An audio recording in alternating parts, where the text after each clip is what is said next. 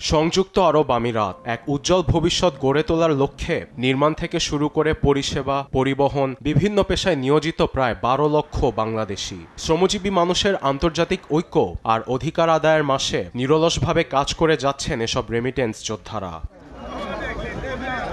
ভাগ্য পরিবর্তনের আশায় মাথার ঘাম যেভাবে পায়ে ফেলছেন, ঠিক তেমনি দেশের অর্থনীতিতে এসব বাংলাদেশিরা রাখছেন গুরুত্বপূর্ণ অবদান। তাদের পাঠানো রেমিটেন্সের এক আনা অর্থ যেন দেশের প্রগতির পথে এক একটি মাইলফলক। সেখানে কাজের অভিজ্ঞতা জানিয়েছেন অনেকেই।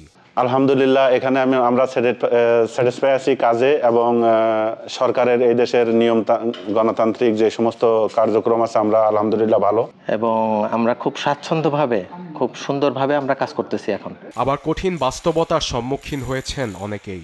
কোনো জব নেই, just hotel service, just life carry করতেছি।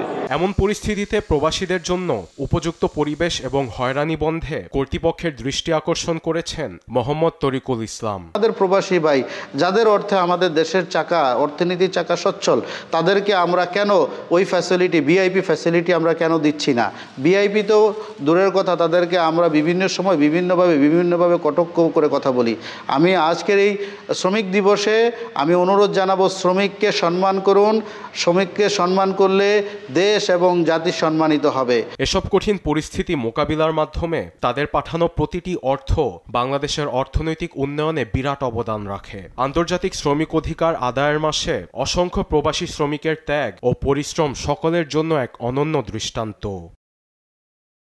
নিউজ ডেস্ক, দেশ টিভি।